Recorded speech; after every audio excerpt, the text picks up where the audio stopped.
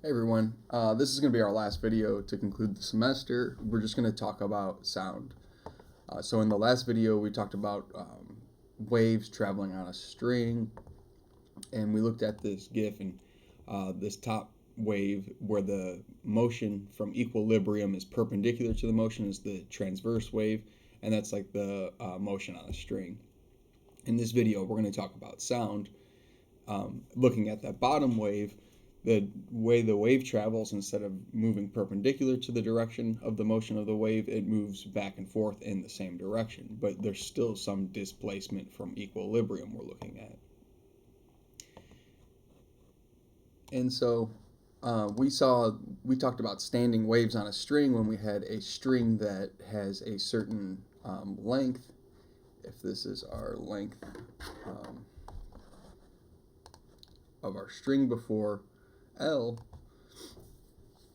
this time we're going to be talking about the length is going to be the length of a tube. And what we're going to try to come to a conclusion is the different frequencies we get standing waves in a tube. Well, there's two types of tubes though, right? We have one, this first one is open on both ends of the tube, but this one's open on the top and closed on the bottom.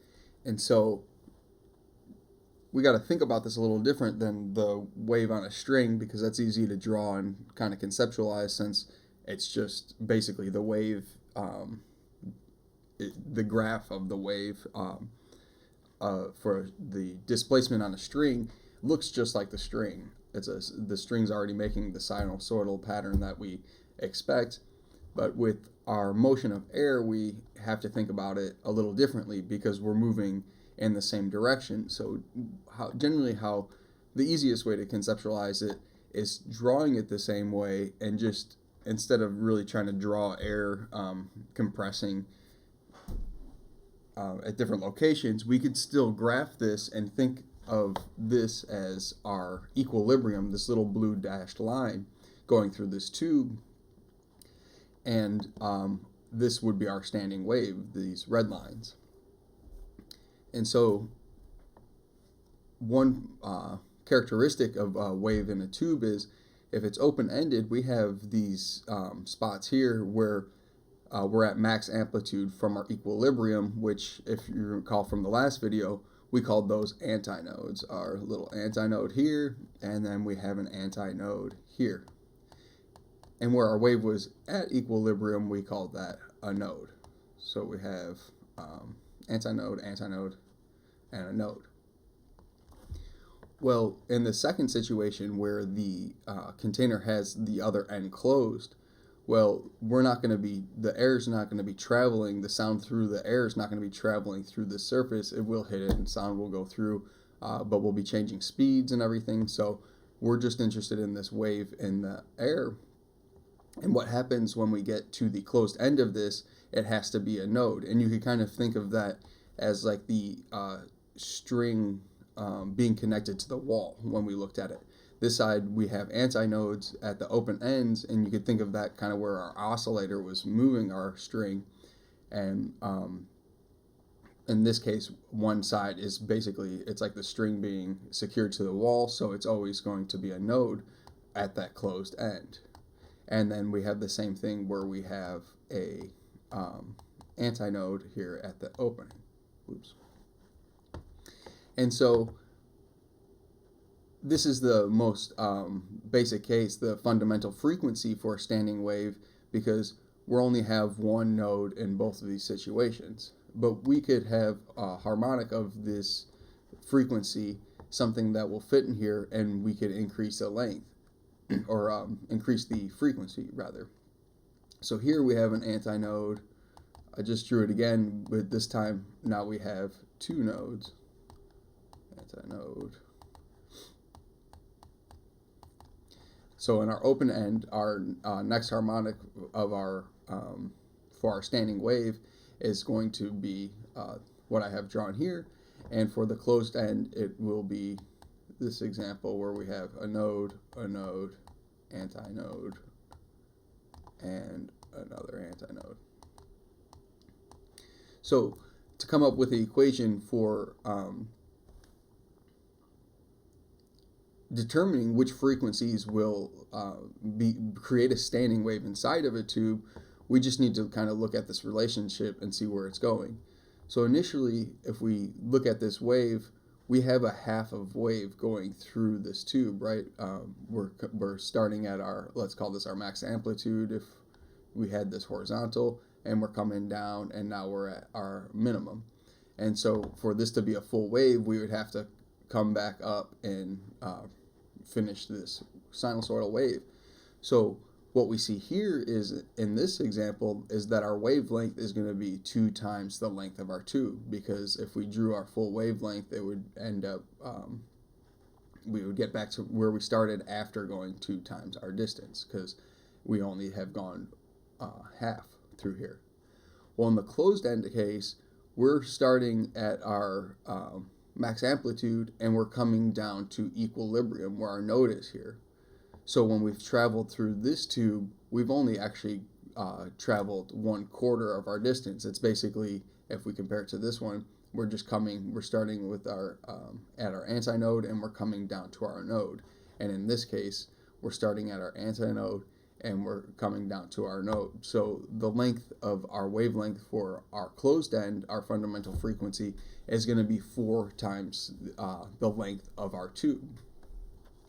And so we could do the same thing here and look at all those and determine here that we're starting at our max amplitude, we come down, we come back up, and this time our wavelength is the length of the tube, but we are in our second harmonic. So we're multiplying our first frequency by 2 to get this to decrease the wavelength, and then we'll have a wave that is 1 full wavelength here. And then here we see where we set at our second node that now we're starting at our max amplitude, we're coming down, we're so that we've gone 1/4 when we've hit the equilibrium.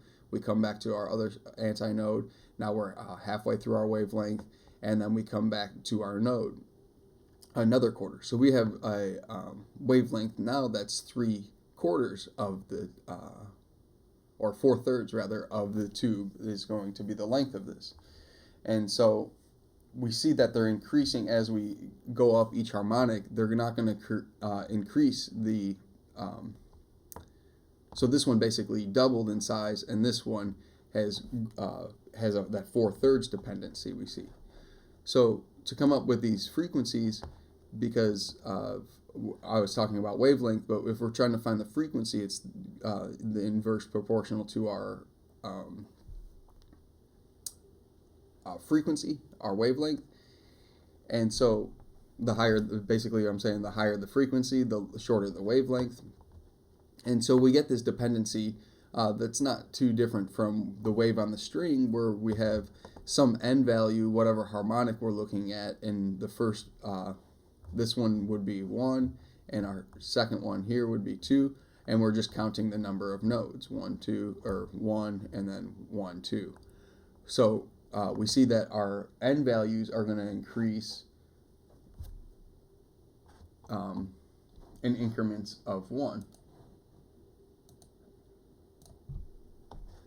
And so the closed end tube, we saw that where we're increasing it by, we started off with a 4 times the wavelength. We had 1/4 of a wavelength in here, and then we had 3/4 of a wavelength here.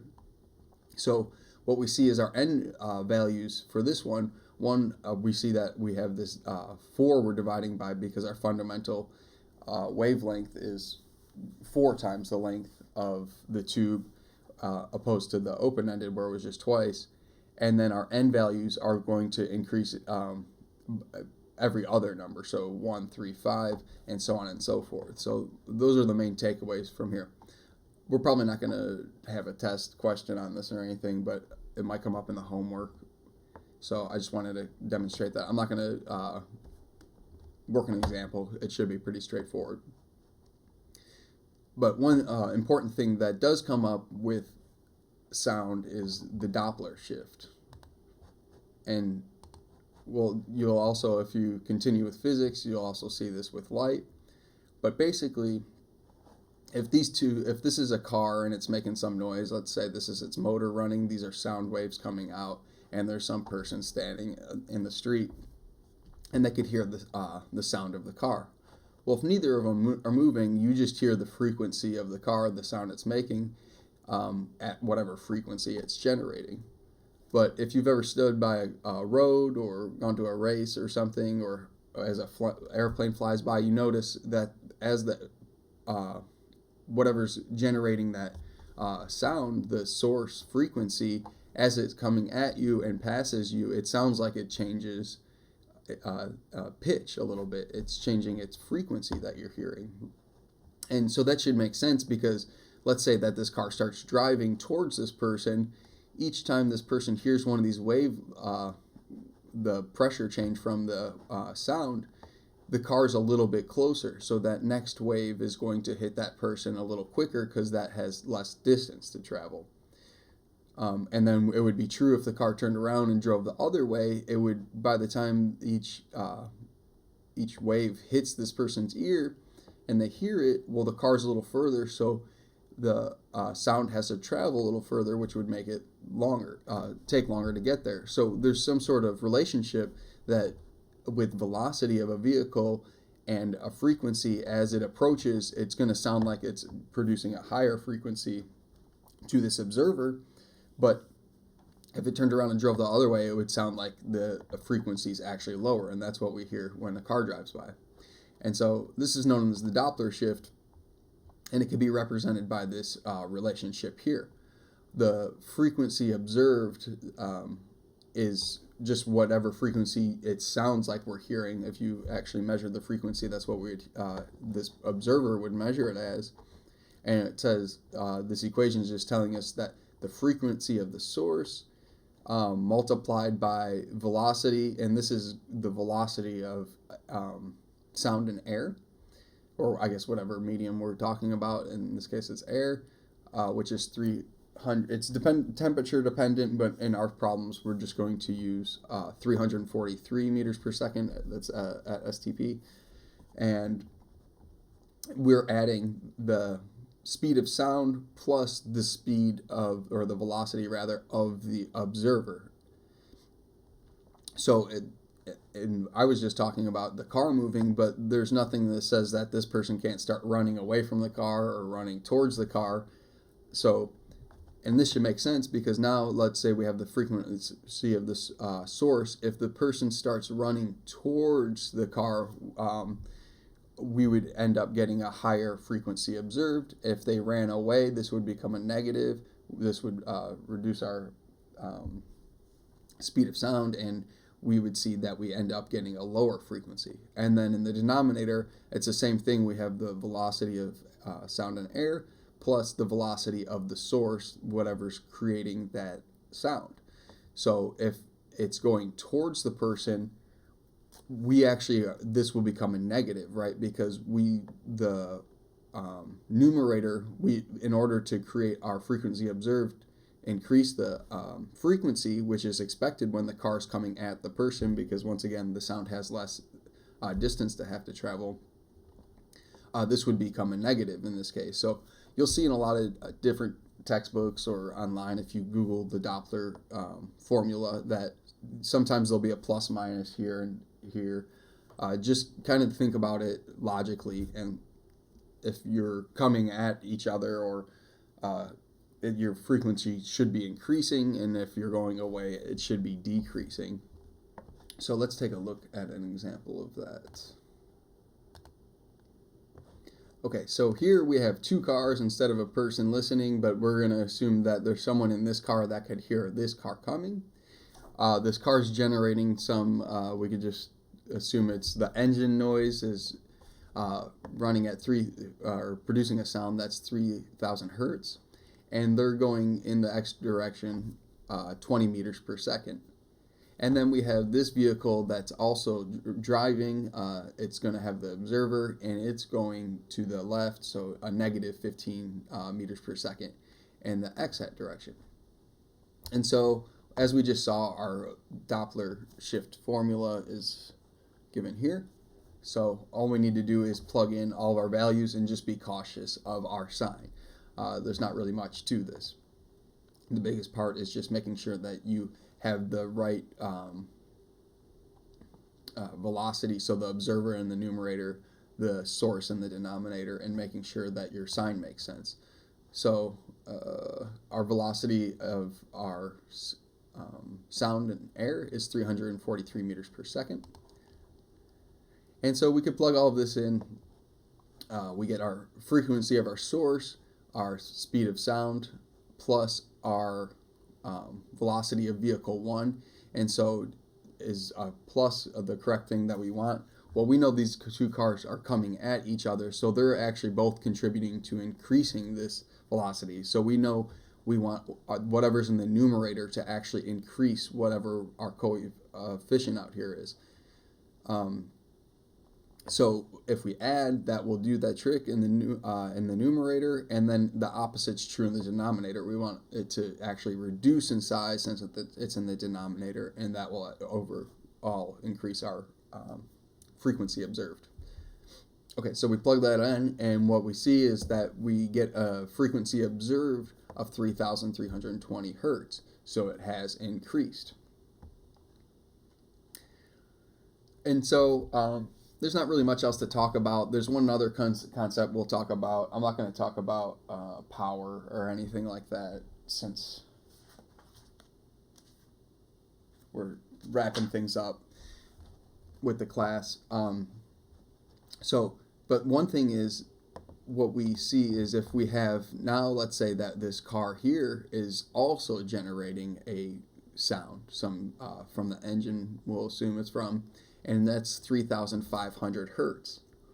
Well, what happens, as we saw with waves, it follows the superposition principle. We saw on the string how if one wave was at its max amplitude and the other one's at the minimum, and we add them together, we get destructive interference and they cancel each other out, assuming they're the same amplitude. And the same thing happens with sound. We get these what's known as beats, and it kind of let me show you an example. So looking at these two waves, we could see that the frequency of 1 and 2 here is the same. So when we add these together, apply the superposition principle, we're just adding together, we have a wave that's just got twice the amplitude, but the same frequency. But when we add two waves that have different frequencies, let's say we make this 300, we see this pattern, and this is called a beat pattern. It's repeats every so often. And so it's really simple to come up with the time, how often, or the frequency of this beat pattern, because it's just the difference between these two frequencies, the absolute value of the difference of the two patterns. And so if we keep increasing this, let's go up to 700, let's try. Well, that doesn't look very good, but this time scales, oh, hold on, that's not even 700. I guess that's the most this thing goes. Oh yeah, I'm maxed out.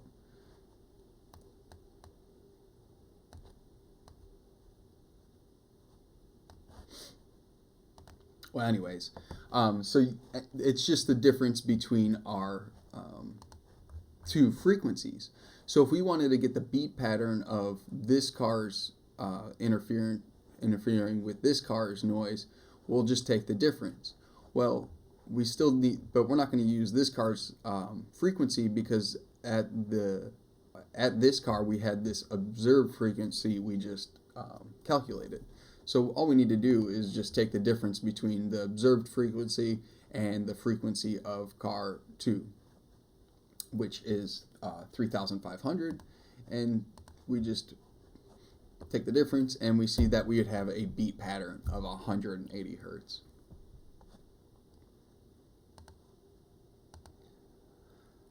So that's going to do it for this video. Like I said, the speed of sound and air varies with temperature, all sorts of things. I guess the composition in the air would change it, but we're just going to use 343 in all of our problems to keep it simple. So we'll have our test tomorrow, and that will be it for the semester pretty much, except our final. Take care.